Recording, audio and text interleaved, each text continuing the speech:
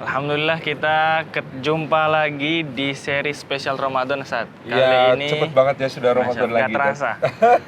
Kali ini insya Allah selama 1 bulan ke depan kita akan membahas soal kisah-kisah romantis peradaban. Nah, Masya Allah. Sebelumnya, ini kita lagi di mana sih, Ustaz? Kita lagi di Sungai Sumida ya, Sumidagawa. Sumidagawa. Di belakang sana ada salah satu landmarknya kota Tokyo yang terkenal, Asahi Building. Asahi Building ini sering diplesetkan menjadi bangunan kotoran ya, karena bentuk yang bagian atasnya itu kayak gitu. Ya, alhamdulillah. Ini berarti kita lagi di Jepang nih, Ustaz? Jepang ya, kebetulan kita bisa alhamdulillah melaksanakan tappingnya di Jepang. Nah, kita sedang di Sumidagawa, bahasnya Adam dan Hawa gitu. Wih, cocok. Insya Allah gitu ya. Ini gimana, Ustaz? Jadi tema kita atau judul obrolan kita ini adalah dari surga ke surga. Betul. Maksudnya gimana tuh dari surga ke surga? Membahas kisah-kisah romantis peradaban ini untuk memberikan gambaran kepada teman-teman ya, Gen Z, milenial, anak-anak muda, bahkan juga siapapun yang berkenan menyimak bahwa di dalam agama kita bisa menemukan kisah-kisah yang sangat romantis, kisah-kisah yang luar biasa yang menginspirasi. Bahkan mungkin lebih indah daripada yang di novel-novel ya. Lebih daripada di novel-novel, lebih indah daripada di kenyataan hidup kita gitu ya. Yang kemudian bisa jadi inspirasi. Nah, kenapa kita menyebutnya Adam dan Hawa itu dari surga ke surga? Karena tentu saja kisah romantisme Nabi Adam dan Hawa dimulai dari ketika mereka diciptakan lalu ditempatkan Allah di surga, dan nantinya tentu mereka akan menjadi pasangan di surganya Allah Subhanahu wa taala setelah menunaikan tugas sebagai khalifah di bumi. Lalu kemudian membangun peradaban di bumi untuk anak-anak keturunannya sampai hari ini. Lalu mereka kembali ke surga Allah dengan sukses kan ya, karena mereka pernah dikeluarkan oleh Allah Subhanahu wa taala darinya, tapi nanti akan kembali ke surganya Allah juga. Maknanya gitu ya. Dari dulu pertama pernah berpasangan di surga, kemudian mengalami ujian-ujian di dunia, dan insya Allah akan kembali lagi ke surga sebagai pasangan suami. Kalau kita kan bedanya kita cuma dari dunia ke surga ya, karena kita belum sebelum di alam sebelumnya kita belum mengalami berpasangannya itu. Nah, di surga. Itu yang kemudian menjadikan istimewanya kisah Nabi Adam dan Hawa alaihi wassalam. Kita tahu saat Nabi Adam ini diciptakan Allah Subhanahu wa taala dengan penciptaan yang istimewa. Allah mengatakan kepada para malaikat, ini ja'ilun fil ardi khalifah, aku akan menjadikan di bumi ini ada satu orang yang bertugas menggantikan orang yang mendapatkan amanah sebelumnya. Seorang khalifah yang akan kemudian memakmurkan bumi ini. Maka ketika itu malaikat sempat mempertanyakan kepada Allah, ataj'alu fiha may yufsidu fiha wa yasfiku dima. Apakah engkau akan menjadikan di bumi itu makhluk yang akan membuat kerusakan dan menumpahkan darah. Nah, tetapi Allah Subhanahu wa taala meyakinkan, inni a'lamu ma la ta'lamun. Aku tahu apa yang kalian tidak tahu. Ya tentu bahwa kekhawatiran para malaikat itu mungkin di antara keturunan Nabi Adam alaihissalam ada benarnya, tetapi Allah memiliki hikmah-hikmah yang lebih besar dari penciptaan yang Dia lakukan untuk menghadirkan Adam ini ke bumi. Maka ketika Adam sudah diciptakan oleh Allah Subhanahu wa taala, singkat cerita Allah menjadikannya unggul di atas para malaikat dengan mengajarkan kepada Adam ini ilmu. Ilmu yang tidak dikuasai oleh para malaikat, ilmu tentang al-asma, tentang isim-isim, nama-nama benda, kosakata yang kemudian membuat Adam alaihissalam bisa membangun satu konsep pengetahuan yang luas, yang dengannya beliau nantinya bisa menjadi seorang khalifah yang mengelola semua yang diperkenalkan kepadanya itu untuk menjadi maslahat, mencegah mudarat, dan membawa manusia kepada tauhid, kepada keimanan terhadap Allah Subhanahu wa taala. Nah, ini Adam alaihissalam ketika di surga, ternyata kisah romantisnya bermula di semua keindahan yang ada di surga. Karena Allah persilahkan dia tinggal di surga, Allah persilahkan dia kemudian menikmati segala fasilitas di surga yang megah, yang mewah, yang nyaman, yang nikmat. Tapi ternyata itu tetap menyisakan satu ruang kosong di hatinya. Satu kesepian, satu perasaan lonely ya. Kayak anak-anak sekarang kayak perasaan loneliness, merasa sendiri, merasa sepi, merasa sunyi, merasa sepi kosong, di tengah keramaian ya. Merasa hampa, iya. Padahal di tengah kenikmatan, di tengah segala fasilitas, kemewahan, kenyamanan, maka sering dikatakan ya di antara kenikmatan, kemewahan, kenyamanan dan keindahan surga saja tidak bisa menghilangkan kegelisahan di hati Adam. Masya Allah. Tidak bisa menghilangkan perasaan lonely, kesepian dan sunyi di dalam diri Adam alaihissalam yang sudah Allah Subhanahu wa taala tempatkan di surga itu. Lalu apa sebenarnya yang dikehendaki oleh perasaan dalam diri Adam itu? Ternyata memang itu bagian dari tabiat yang Allah Subhanahu wa taala berikan kepada semua makhluk. Yaitu wa khalaqnakum azwaja. Dan kami menciptakan kalian itu dalam keadaan berpasang-pasangan. Maka yang dirindukan Adam itu ternyata adalah pasangannya. Jadi aku sudah diciptakan oleh Allah, aku sudah tinggal di surga dengan segala kemewahan, kenikmatan, kenyamanannya. Bahkan kedudukan yang tinggi juga ya, kedudukan yang tinggi. Disujudin sama malaikat. Iya, bahkan malaikat pun diperintahkan sujud kepadanya karena keunggulannya di dalam ilmunya ini ya. Kecuali iblis yang kemudian membangkang dan tidak mau sujud kepadanya, akan menjadi cerita tersendiri. Bagaimana kemudian nantinya iblis ini beserta seluruh bala tentara yang disebut syaitan nantinya akan menjadi musuh bagi Adam dan anak keturunannya di bumi. Tapi bagaimana ternyata Adam alaihissalam di dalam surga itu merasakan kesepian dan kesunyian itu yang Allah Maha tahu atas segalanya, sehingga Allah pun berkenan untuk menciptakan bagi Adam pasangannya. Di dalam hadis riwayat Imam Al-Bukhari itu kan dijelaskan ya, bagaimana kemudian Allah menciptakan pasangan bagi Adam itu dari bagian dirinya Adam dengan mengambil tulang rusuknya sebelah kiri. Mengambil dari tulang rusuknya sebelah kiri untuk dijadikan sebagai asal kejadian penciptaan pasangannya. Jadi kalau Adam sebagai awal dari semua manusia itu diciptakan Allah dari tanah ya? Diciptakan dari saripati tanah yang dibakar hingga kering begitu ya. Kemudian dengannya dia memiliki sifat-sifat tanah itu.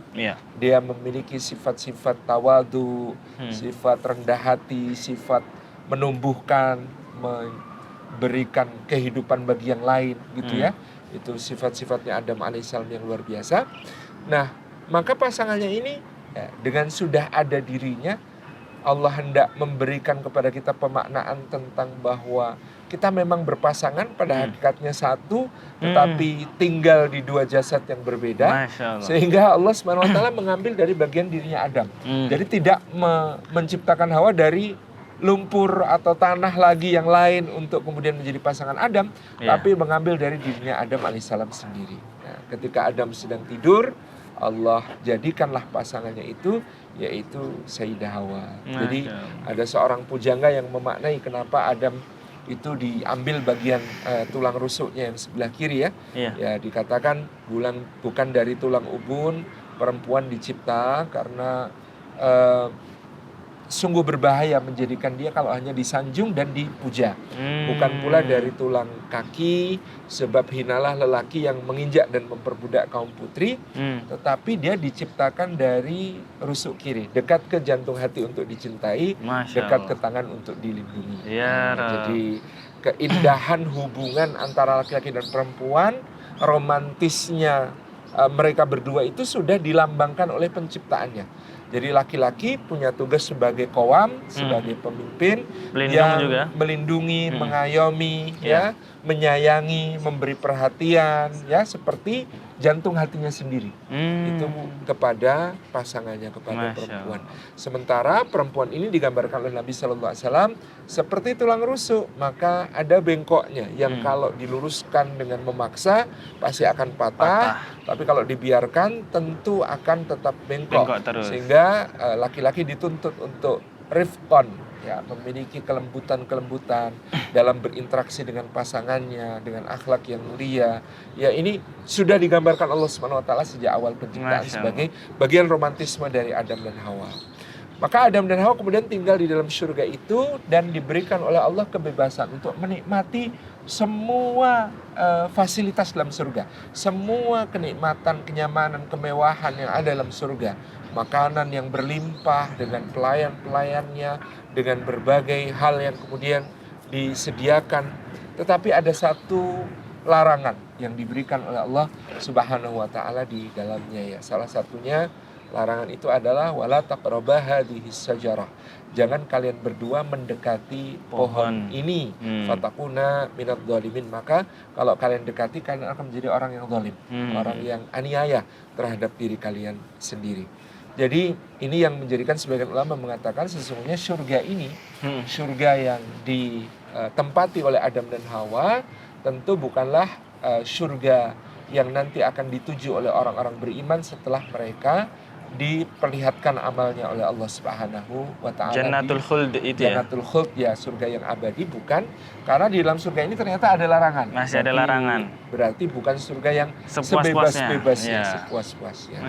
Nah, kemudian larangan ini adalah larangan yang kemudian hanya satu-satunya sebenarnya diberikan oleh Allah Subhanahu wa taala kepada keduanya untuk tidak didekati.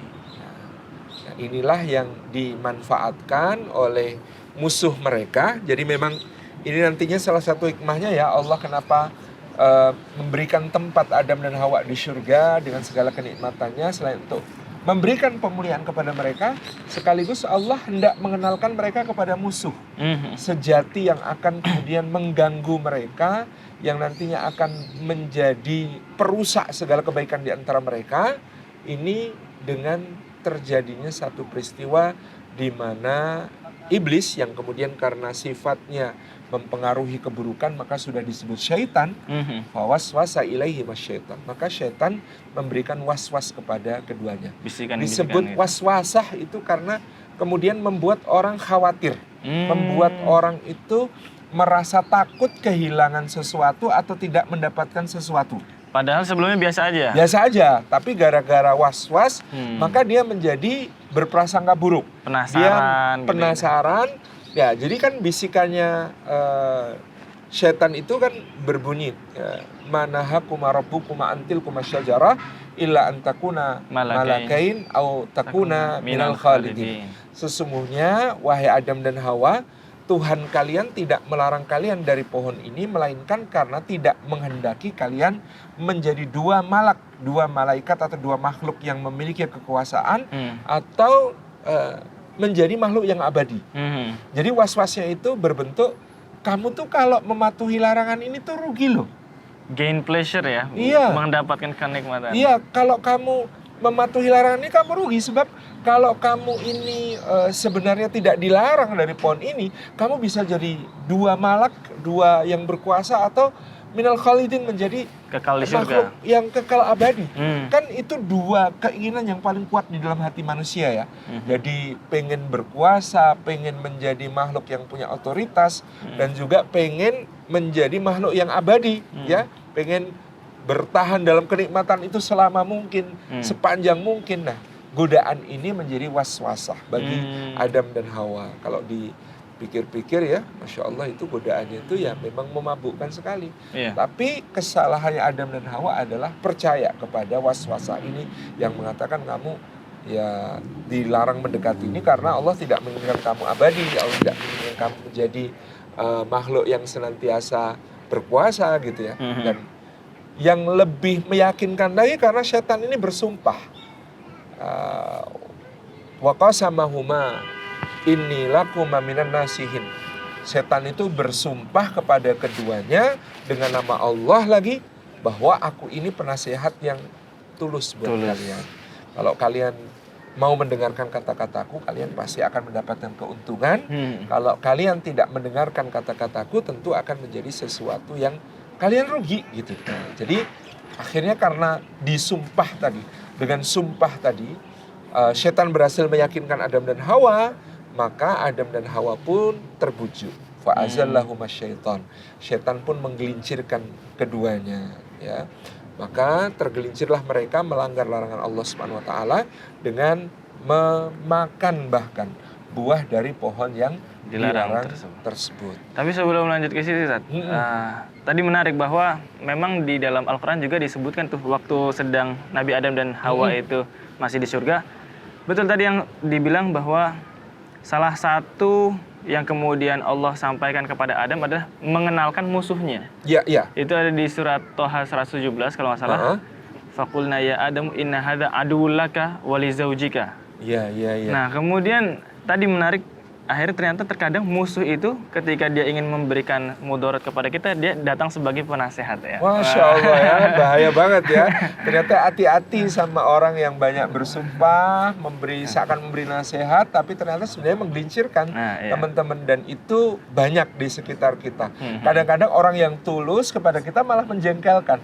Ya, kadang-kadang suka ngomel, kadang-kadang suka uring-uringan, kadang-kadang suka menasihati tanpa diminta, kadang-kadang suka ngasih saran ini itu, kadang-kadang suka ngelarang kita ini itulah, termasuk pasangan kita ya. Jadi ingat bahwa pasangan kita yang ada dekat kita itu kadang-kadang ngomelin kita, marahin kita, atau kemudian cemburu ini itu yang bikin kita jengkel, padahal itu sebenarnya berasal dari ketulusan. Sedangkan godaan di luar sana yang kayaknya gitu ya begitu manis, bersumpah ini itu justru adalah jalan sesuatu yang kehancuran. Seharusnya kita waspadai ya. Waspada, jalan kehancuran gitu ya.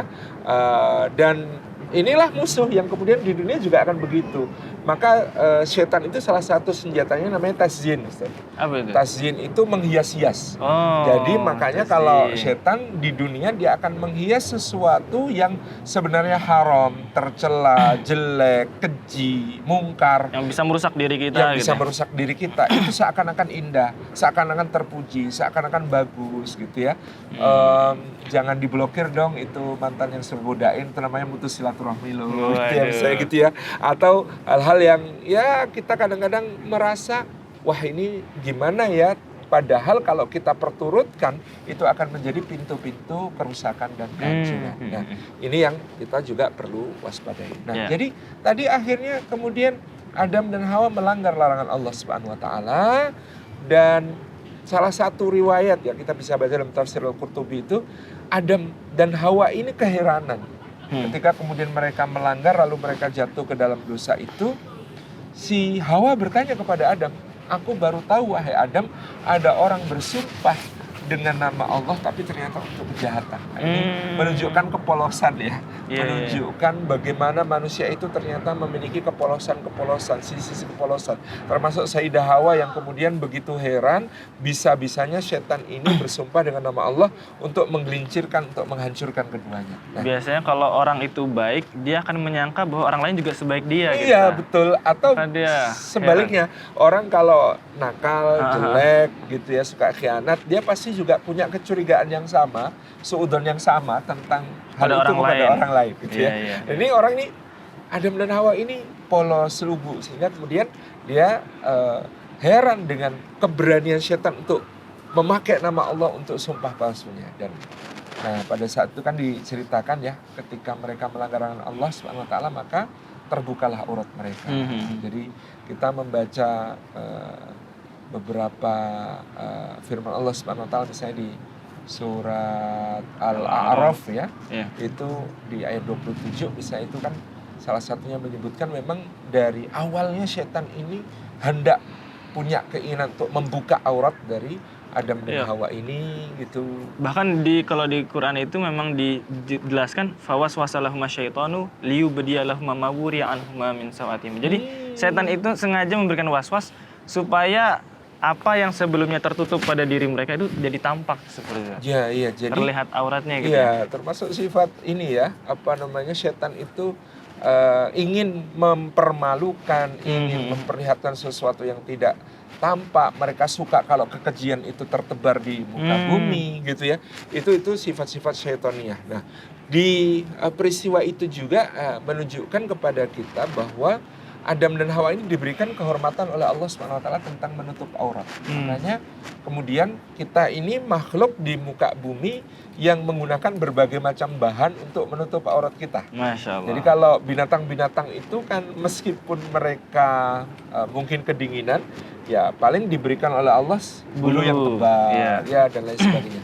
Tapi kalau kita kan menutupi aurat kita punya bulu juga sebenarnya, iya, tapi tetap kita kan memakai kain. Iya, berlapis-lapis lagi. Dan berlapis-lapis menutupi bagian tubuh kita yang tidak pantas dilihat orang lain. Betul. Jadi konsep malu dan menutup aurat itu betul-betul anugerah Allah untuk untuk kita sebagai manusia. Dan ketika itu terbuka karena melanggar larangan Allah, bahkan dikatakan bahwa Adam dan Hawa kemudian berusaha menutupi bagian tubuh mereka yang tidak layak dilihat itu dengan daun-daunan yang ada di warakil jannah, dari daun-daun yang ada di surga itu, dipetik-petik, ditutup-tutup supaya kemudian bisa menutupi aurat mereka. Jadi ada satu rasa malu yang tetap ada, yang tetap hadir, dan pada saat itu memang tertanggalkan ya semua pakaian mereka gara-gara pelanggaran itu. Ya, dalam riwayat disebutkan kecuali mahkota dan hiasan pelipis yang ada pada Adam alaihissalam. Jadi ini menunjukkan betapa luar biasanya konsep berpakaian itu. Jadi ini salah satu romantis itu menutup aurat. Jadi satu hal yang paling romantis itu adalah menutup aurat. Makanya Allah menjadikan pakaian itu sebagai penutup aurat, sebagai perlindungan dari bahaya dari luar, dan sebagai perhiasan. Ya, walibasut taqwa dzalika khair. Pakaian yang paling baik itu disebut sebagai pakaian takwa. Orang yang takwa menjadi pakaiannya, maka dibawa kemana-mana, dimanapun dia tidak akan pernah terbuka aurat dan kehormatannya. Jadi Allah yang akan menjaganya. Jadi takwa itu disebut sebagai pakaian terbaik karena takwa itu kan meliputi merasa diawasi oleh Allah gitu ya, merasa dilihat gitu ya, sehingga dia malu untuk berbuat hal-hal yang dilarang oleh Allah Subhanahu wa taala. Nah, ini romantisnya Adam dan Hawa ini ya, salah satunya adalah bahwa kemudian dengan mereka ketika dalam keadaan jatuh kehormatannya karena melanggar larangan Allah Subhanahu wa taala itu, mereka berdua tetap kompak, tetap bersatu, dan kemudian menyatakan penyesalannya kepada Allah Subhanahu wa taala, dan mereka berdua berdoa bersama-sama gitu ya. Jadi kalau kita lihat lafal doanya itu indah sekali, Rabbana dzalamna anfusana wa illam taghfir lana wa tarhamna lanakunanna minal khasirin. Atau Ustaz Ahmad kemarin kalau orang Mesir kalau ada doa-doa seperti itu bukan amin tapi pakai ya Rabb, ya Allah, ya Allah gitu ya. Bahwa Adam dan Hawa berdoa begini, wahai Rabb kami, sesungguhnya kami telah mendolimi, menganiaya diri kami sendiri.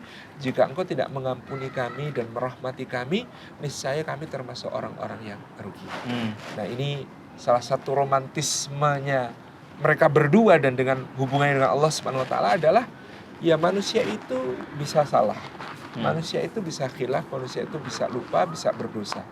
Tetapi mereka ketika menyadari kesalahannya, mereka kembali kepada Allah. Mereka bertobat kepada Allah Subhanahu wa taala. Adapun musuh mereka yakni iblis yang kemudian menjadi setan, ketika bersalah justru menyombongkan diri, tidak menyesali perbuatannya, dan bahkan semakin ingkar kepada Allah Subhanahu wa taala. Pada masanya dulu iblis pernah taat kepada Allah, pernah menjadi ahli ibadah, sujud kepada Allah, rukuk kepada Allah selama puluhan ribu tahun gitu ya. Tetapi dia dengan ibadahnya itu justru membuat dia lalai, membuat dia merasa sombong, takabur, merendahkan kepada makhluk yang lain, sehingga akhirnya dengan itu dia menjadi durhaka kepada Allah, bermaksiat kepada Allah. Dan dengan maksiatnya yang disertai kesombongan tadi, dia menjadi terlaknat selama-lamanya. Sedangkan Adam dan Hawa, dia bermaksiat kepada Allah karena lalai, bermaksiat kepada Allah karena tergoda, karena kelemahannya sebagai manusia. Tetapi begitu dia menyadari kesalahannya, dia langsung bertaubat, memohon ampun kepada Allah Subhanahu wa taala. Di sini juga kita tahu kita ini harus selalu bermuhasabah. Kita ini pewarisnya Adam atau pewarisnya iblis. Naudzubillah. Kalau kita dalam setiap memandang orang lain, kalimat dalam hati kita berbunyi ana khairum minhu, saya lebih baik daripada dia. Nah, bahaya sekali karena itu adalah kalimat yang keluar dari iblis ketika kemudian ditegur oleh Allah. Sedangkan ketika mendapatkan teguran dari Allah, kalimat dari Adam dan Hawa adalah Rabbana dzalamna anfusana wa illam taghfir wa tarhamna lanakunanna minal khasirin. Itu yang menunjukkan betapa kemudian Adam dan Hawa menyadari kesalahan, merasa lemah di hadapan Allah, memuji keagungan Allah. Jadi konon doa itu yang paling paripurna kalau di dalamnya terdapat unsur mengakui kesalahan dan kelemahan, sekaligus mengagungkan kemahakuasaannya Allah Subhanahu wa taala, dan itu juga dipenuhi oleh Adam dan Hawa maka Allah Subhanahu wa taala berkenan untuk mengampuni mereka dari kesalahannya dan menjadikan pada saat itu mereka untuk turun ke bumi melaksanakan tugas yang sudah Allah tetapkan sejak sebelum mereka diciptakan, yaitu untuk menjadi khalifah bumi. Nah, ketika turun di bumi itu menurut beberapa riwayat mereka diturunkan di tempat yang berbeda. Ya, kalau Adam itu di daerah yang disebut Hind atau India, menurut sebagian ada yang mengatakan Sarandip. Sarandip itu di Sri Lanka ya, berarti ada di sekitar wilayah yang hari ini disebut Asia Selatan, di anak benua India. Sedangkan Sayyidah Hawa itu di Jeddah, di satu tempat di Jazirah Arab. Nah, dari situ keduanya kemudian saling mencari, bergerak untuk menemukan pasangannya di bumi, di tempat yang asing. Ya, ini adalah kejatuhan yang sangat luar biasa ya, tidak mudah. Mereka dulunya hidup, tinggal di tempat yang penuh dengan kenikmatan, kenyamanan, kemewahan. Tiba-tiba mereka harus tinggal di bumi dengan segala tantangannya, kesulitannya. Ya, berhadapan dengan binatang-binatang buas, ya, makanan yang mereka harus mengumpulkan, mencari, tidak seperti di surga yang serba ada dan serba dilayani. Pastilah mereka mengalami satu keadaan yang luar biasa dalam menyesuaikan diri terhadap apa yang menimpa mereka. Tapi mereka tidak menyerah dan konon ya, karena pertemuan mereka itu di Jabal Rahmah, makanya ada tempat di dekat Jabal Rahmah itu namanya Musdalifah, artinya mereka sudah saling didekatkan satu sama lain. Isdalafah. Saling didekatkan satu sama lain, ketemu di Jabal Rahmah. Berarti perjalanan Adam dari India ke Jabal Rahmah itu jauh lebih panjang daripada perjalanan Hawa dari Jeddah ke Jabal Rahmah yang memang sudah sangat dekat. Nah, itu menunjukkan ya para lelaki ya, effortnya memang harus lebih besar gitu ya. Para lelaki harus menunjukkan kesungguhan, harus menunjukkan perjuangan, kesabaran. Jangan gampang menyerah gitu ya, jangan gampang untuk kemudian putus asa ketika kemudian kita sedang memperjuangkan sesuatu yang baik ya. Ini demi tanggung jawab sebagai seorang suami, tanggung jawab sebagai seorang lelaki, Adam alaihissalam menempuh perjuangan yang luar biasa. Nah, sedangkan Ibunda Hawa itu ya karena perempuan dengan segala keterbatasannya, ikhtiarnya itu kemudian berjalan ya tidak sejauh perjalanan yang harus ditempuh oleh Adam. Tapi tetap ada effortnya juga ya? Ada effortnya, tentu yang perempuan juga kalau bisa membantu effortnya suami ya, mensupport dengan segala yang bisa dimiliki, yang bisa dikontribusikan, tentu akan menjadi satu kerjasama yang sangat indah. Karena sekali lagi ya ini sebenarnya satu gitu ya, asalnya satu. Tapi kemudian Allah Subhanahu wa taala letakkan di jasad yang berbeda untuk di bumi ini bergandeng tangan membangun peradaban. Maka Adam alaihissalam dan Hawa ya tentu menjadi manusia pertama membangun tempat beribadah di bumi kepada Allah Subhanahu wa taala. Dikisahkan salah satu versi riwayat adalah Ka'bah Baitullah dibangun oleh mereka. 40 tahun kemudian mereka juga membangun Baitul Maqdis yang ada di Palestina sebagai tempat untuk mengagungkan dan menyembah Allah Subhanahu wa taala. Mereka juga kemudian dikaruniai Allah anak-anak yang mereka nikahkan secara bersilang ya, tidak dengan pasangan kembarnya tetapi dengan saudara dari waktu kelahiran yang berbeda satu sama lain ya. Kemarin waktu kajian di Jawa Karan juga kita sebutkan berarti dari dulu normal-normal saja menikah, laki-lakinya lebih tua ataupun perempuannya lebih tua itu bukan isu gitu ya, bukan satu isu yang baru.